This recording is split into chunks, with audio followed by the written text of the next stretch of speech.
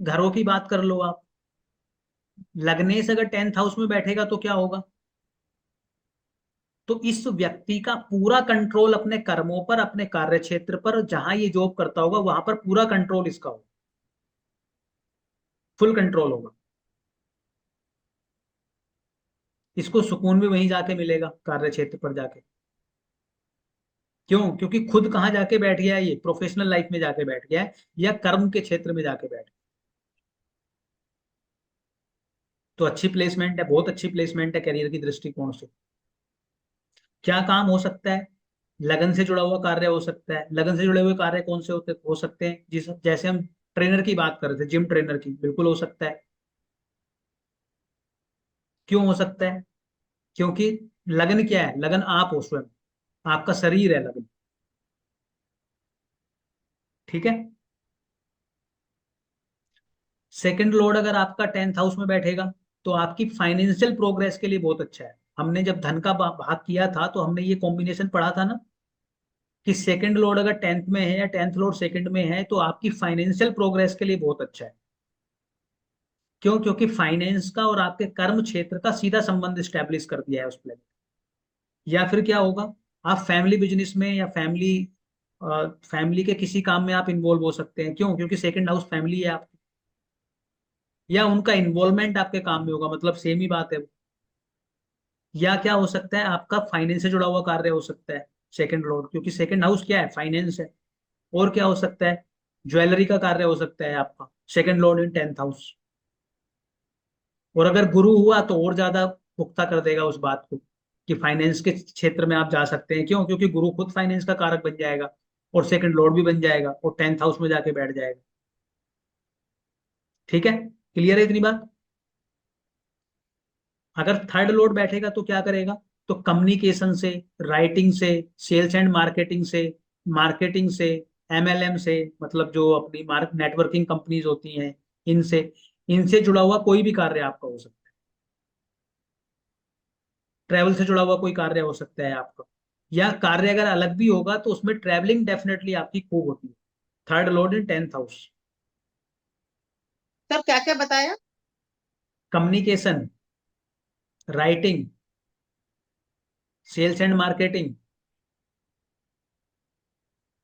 Media. Media में वही है ना, कम्युनिकेशन। जो मीडिया के क्षेत्र में होते हैं उनका भी क्या है? कम्युनिकेशन का ही है ना। या तो पीछे बैठ के राइटिंग कर रहे होते हैं, स्क्रिप्ट राइटिंग कर रहे होते हैं, या फ्रंट पे आके बोल रहे होते हैं, तो है कम्युनिकेशन ही, राइटिंग या स्पीकिंग। या ऐसी किसी इंडस्ट्री में हो सकते हैं, जैसे टेली कम्युनिकेशन में आप हो सकते हैं। सेल्स एंड मार्केटिंग की किसी कंपनी में भी हो सकते हैं आप, किसी भी प्रोडक्ट चाहे जो भी हो, उस प्लेनेट की बात है वो अलग। लेकिन सेल्स एंड मार्केटिंग में बहुत अच्छा कर सकते हैं आप। ट्रैवलिंग आपके उसमें जरूर जुड़ी हुई होगी आपके प्रोफेशनल लाइफ में, अगर थर्ड लॉर्ड का 10th हाउस में प्लेसमेंट है। क्लियर है? Fourth Lord in 10th house क्या करेगा? प्रॉपर्टी से जुड़ा हुआ कार्य, वास्तु का कार्य, इंटीरियर का कार्य, आर्किटेक्ट का कार्य, गाड़ी का कार्य, सर काय का?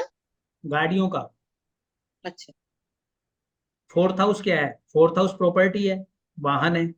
तो उनसे जुड़ा हुआ कोई भी कार्य। Sir fifth. इसी में वो भी देखेंगे ना कि जो बॉडी पार्ट से रिलेटेड भी, जैसे हार्ट आता है वहां पे, तो हार्ट से संबंधित कुछ काम हाँ बिल्कुल देख सकते डॉक्टर। हैं, बिल्कुल बिल्कुल देख सकते ओ। हैं। Fifth Lord in 10th house, बच्चों से जुड़ा हुआ कार्य, एजुकेशन से जुड़ा हुआ कार्य, बच्चों से और एजुकेशन से। और क्या है? एंटरटेनमेंट से जुड़ा हुआ कार्य, क्योंकि 5th हाउस क्या है? एंटरटेनमेंट भी है।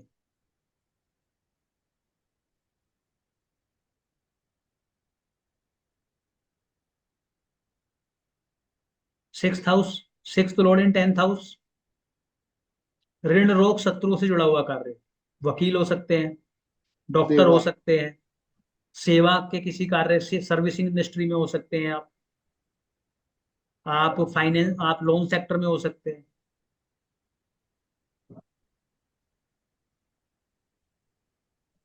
Seventh Lord in 10th house, retail के किसी कार्य में, रिटेल समझते हो? जहाँ क्लाइंट आता है, आप एंटरटेन करते हो और चला जाता है, सामान लेता है चला जाता है।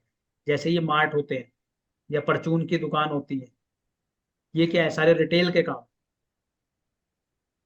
थोड़ा सर आराम आराम से बता दो। हाँ सर, बहुत जल्दी जल्दी हो रहा है। रिकॉर्डिंग सुन लेना ना, क्या हो गया। अरे नहीं सर, आप ऐसे ही बता दो हमको। अभी को क्या बताओ, कहाँ तक लिखा। सर 6 का भी पूरा नहीं हुआ, पर 7 का बता दीजिए। 6 का ऋण रोग शत्रुओं से जुड़ा हुआ कार्य है। ऋण से जुड़ा हुआ मतलब लोन से, रोग से यानी कि डॉक्टर, और शत्रु यानी कि वकील, या सर्विस इंडस्ट्री में हो सकते हैं आप।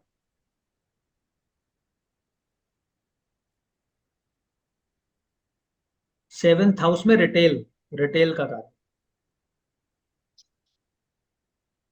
और क्या होगा, शादी के बाद आपके कार्य क्षेत्र में चेंज आएगा, या आपकी पत्नी या पति सेम इंडस्ट्री में होंगे, या दोनों एक साथ काम करते होंगे, या शादी के बाद एक साथ काम करेंगे।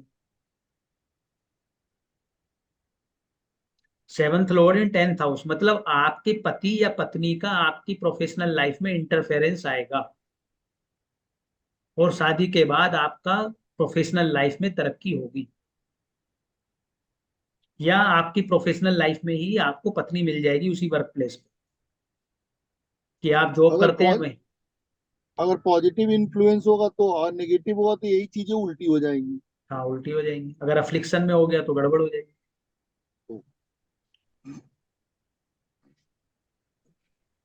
8th Lord in 10th house, in general अगर 8th हाउस से जुड़ा हुआ कार्य नहीं है तो सडन प्रॉब्लम्स आपकी प्रोफेशनल लाइफ में आएंगी, अचानक से। अचानक से बढ़िया चलते चलते प्रोफेशन की बैंड बज गई। लेकिन अगर 8th हाउस का कोई भी इन्वॉल्वमेंट आपकी प्रोफेशनल लाइफ में है तो आपका काम बहुत बेहतरीन चले, मतलब आपके ऊपर कुछ ना कुछ, आपके अंदर वो गुप्त शक्तियां हैं या प्रभु की कुछ ऐसी कृपा है आपके ऊपर कि आप अपनी प्रोफेशनल लाइफ में बहुत प्रोग्रेस करो। इंश्योरेंस सेक्टर में आप बहुत प्रोग्रेस करोगे, टैक्सेशन में, सीए, और ये जितनी इन्वेस्टिगेशन एजेंसी होती हैं उसमें, या अकल्ट में, या पेट्रोकेमिकल से जुड़ी हुई चीजें, या रिसर्च से जुड़ा हुआ कोई कार्य। अगर इनका कोई लिंक आपके प्रोफेशन में है तो खूब आपको गेन्स होंगे, मतलब गेन्स होंगे तो तरक्की होगी आपकी प्रोफेशनल लाइफ। अगर इनसे कुछ नहीं लिंक बन रहा है तो फिर प्रॉब्लम्स हैं आपकी प्रोफेशनल लाइफ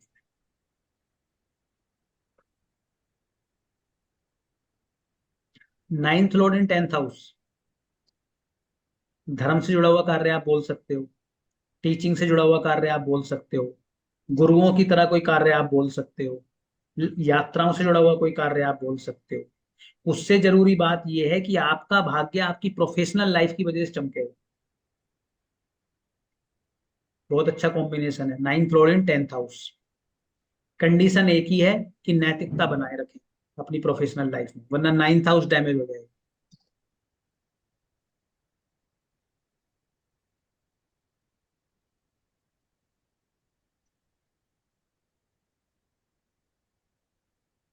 नहीं, टीचिंग, धर्म, गुरु से जुड़ा कार्य, भाग्य सपोर्ट करेगा, राइट। हाँ, और नहीं, भाग्य बाकी कोई भी कार्य करेंगे, भाग्य आपको सपोर्ट करेगा ही करेगा। 9th Lord in 10th house आपके प्रोफेशन में। बस कंडीशन अप्लाई ये है कि आप कुछ शॉर्टकट या किस, मतलब उल्टे सीधे कार्य ना करें, धर्म के विपरीत जाके कार्य ना। धर्म का मतलब है कि नैतिकता के विपरीत जाके, ऐसे नहीं कि आप ठगी करने लगे, कुछ करने लगे, अपना उल्लू सीधा करने लगे, दूसरों को नुकसान करने लगे। उस केस में डैमेज हो जाएगा 9th हाउस। तो 9th हाउस डैमेज होगा तो सब कुछ, कितने भी अच्छे योग बन रहे हो, भाग्य सपोर्ट नहीं करेगा तो फिर प्रोग्रेस रुक जाएगी।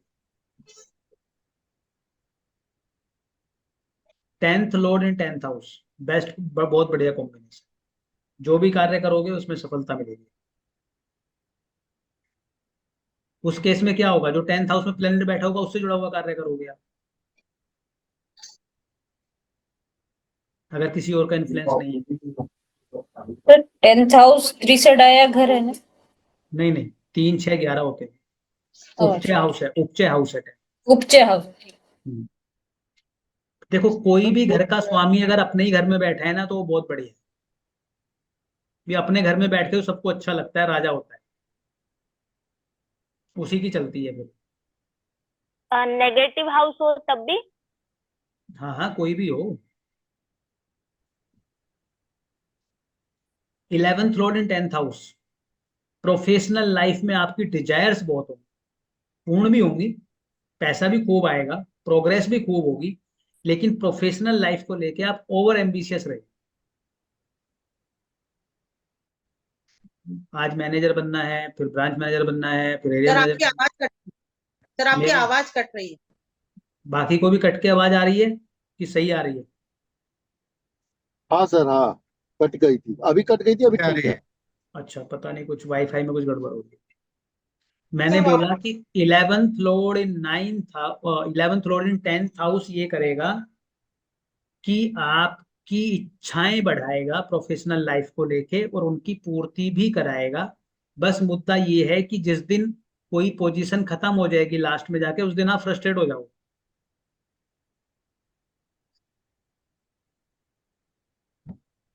मतलब कंपनी के अगर आपने बिल्कुल लेवल 1 से भी स्टार्ट किया तो आप टॉप तक पहुंच सकते हो। बहुत अच्छा कॉम्बिनेशन है प्रोफेशनल लाइफ की सक्सेस के लिए, 11th Lord in 10th house. नहीं तो जब सीईओ बन जाएंगे तब फ्रस्ट्रेटेड हो जाएंगे और कुछ है नहीं अचीव करने को। फिर कहोगे कि अब एमडी बन जाए, फिर कहोगे कंपनी अपनी होती है तो। खैर वो तो मतलब महत्वाकांक्षी है ना, हाँ, ओवर अंत एम्बिशियस नहीं। बना, ओवर एम्बिशियस बना। प्रोफेशनल लाइफ को लेके आप ओवर एम्बिशियस हो, सुकून नहीं आएगा प्रोफेशनल लाइफ में। 12th Lord in 10th house,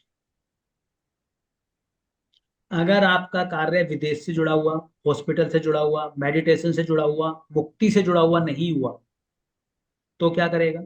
आपकी प्रोफेशनल लाइफ में ये तब्दीली करा देगा। तब्दीली समझते हो? आज कर रहे थे हम डॉक्टरी, कल कर रहे हैं हम ज्योतिषी, परसों कर रहे हैं हम किसी और कुछ काम। बदलाव लेके आ जाएगा आपके उसमें। और ये पूरे लाइफ ऐसे करते रहेगा, चेंज करते रहेगा। हाँ, जब भी एक्टिव होगा तब चेंज करा देगा। लेकिन इसका मतलब ये बिल्कुल नहीं है कि आप प्रोग्रेस नहीं करोगे, सिर्फ चेंज करा रहा है वो, प्रोग्रेस नहीं रोक रहा है। तो ट्रांसफर्स भी 12th हाउस से होते हैं। हाँ, ट्रांसफर भी, या फिर अगर आपकी ऐसी जॉब है जिसमें ट्रांसफर्स होते रहते हैं तो भी कुछ हद तक वो रिजल्ट आपको ठीक रखेगा। बदलाव है 12th हाउस, तो बदलाव देता रहता है वो आपकी प्रोफेशनल लाइफ। तो हाउस 3 वाला भी ट्रांसफर करता है ना, ट्रांसफर कराता है। हम्म। थर्ड हाउस के लॉर्ड भी हाँ हाँ, मैं बोल तो रहा हूँ। ट्रांसफर करवाते हैं ना। हाँ, वो स्थान परिवर्तन 3rd हाउस है ना, इसलिए कराता है। तो थर्ड एंड 12 दोनों में ट्रांसफरेबल जॉब लिख सकते हैं। हाँ, बिल्कुल लिख सकते हैं। अगर वो रहेगा तो ठीक रहेगा आपके लिए, अदरवाइज वो, देखो या तो आपकी जॉब बदलती रहे। मतलब होता है ना कुछ लोग, जैसे मान लो मैं हूं, मैंने पहले कुछ एक काम किया, मैंने पहले एक नौकरी की, फिर मैंने कोचिंग चलाया, फिर मैंने नौकरी की, फिर मैंने ज्योतिषी की। तो क्या हुआ, इससे आपके प्रोफेशन बदले ना। लेकिन इन प्रोफेशन के बदलाव में ऐसा नहीं है कि उसने प्रोग्रेस नहीं दिया। अगर खराब कंडीशन में होगा, अफ्लिक्शन में आ गया बहुत ज्यादा, तो ठीक है, अलग बात है। लेकिन अगर वो ठीक अवस्था में बैठा है तो आपकी भले से इंडस्ट्री बदलवा दे, आपके प्रोफेशन बदलवा दे, लेकिन प्रोग्रेस तब भी देगा। सर या ये तो मेरे साथ भी बहुत ज्यादा हुआ है सर। हाँ, तो आपके 12th लॉर्ड का कॉम्बिनेशन हो सकता है, या फिर आप विदेश से जुड़ा हुआ कार्य करिए, या विदेश में जाके कार्य करिए, या फिर एक्सपोर्ट इंपोर्ट का कार्य करिए, हम्म। तो ठीक रहेगा। कोई हाउस नहीं, कोई ग्रह नहीं हो तो सर? दृष्टि आएगी, जिस ग्रह की दृष्टि आएगी वो इन्फ्लुएंस करेगा।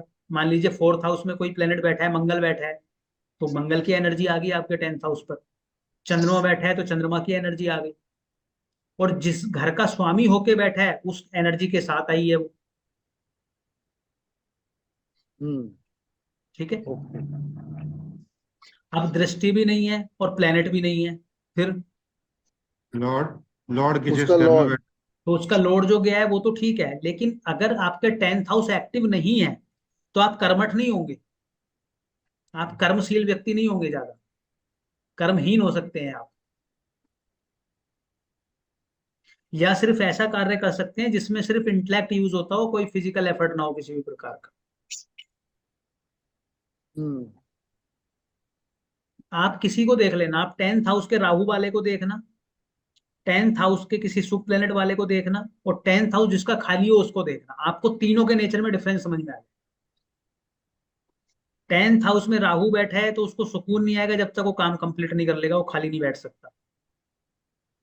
कोई सुप प्लेनेट बैठा है तो रिलैक्स मोड में काम करेगा, कोई प्लेनेट नहीं बैठा है, किसी का एस्पेक्ट भी नहीं आ रहा है, हो जाएगा हो जाएगा, नहीं होगा नहीं होगा।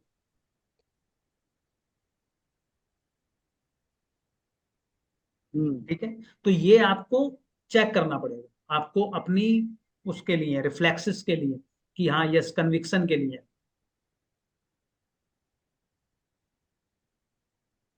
क्लियर है? सर खाली होगा तो आपने क्या रिमार्क दिया कि अगर कोई अगर प्लैनेट नहीं खाली हो, हो, कोई प्लेनेट नहीं होगा और कोई दृष्टि भी अगर उस घर पे नहीं होगी, तो मतलब वो भाव आपका इनएक्टिव हो गया। वो किसी भी भाव के साथ हो सकता है, किसी भी भाव के साथ अगर कोई भाव एक्टिव ही नहीं है, ना दृष्टि आ रही है, ना कोई प्लेनेट बैठा है, तो उस केस में उस घर के लिए आपका ध्यान ही नहीं रहेगा। मतलब मतलब कुछ केयरलेस एटीट्यूड या टे- इग्नोरिंग, कैसे हाँ, बोले? 10th हाउस में अगर कोई प्लेनेट नहीं है तो कर्महीन हो जाएगा, ये कर्म उर्म नहीं करेगा, सीरियस नहीं होगा अपने कार्य क्षेत्र को लेके,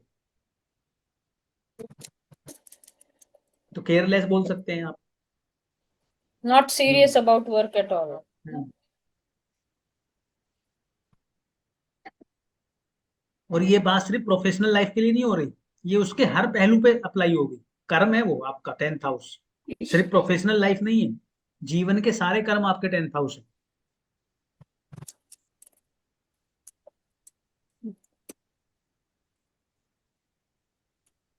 तो ये था जी हमारा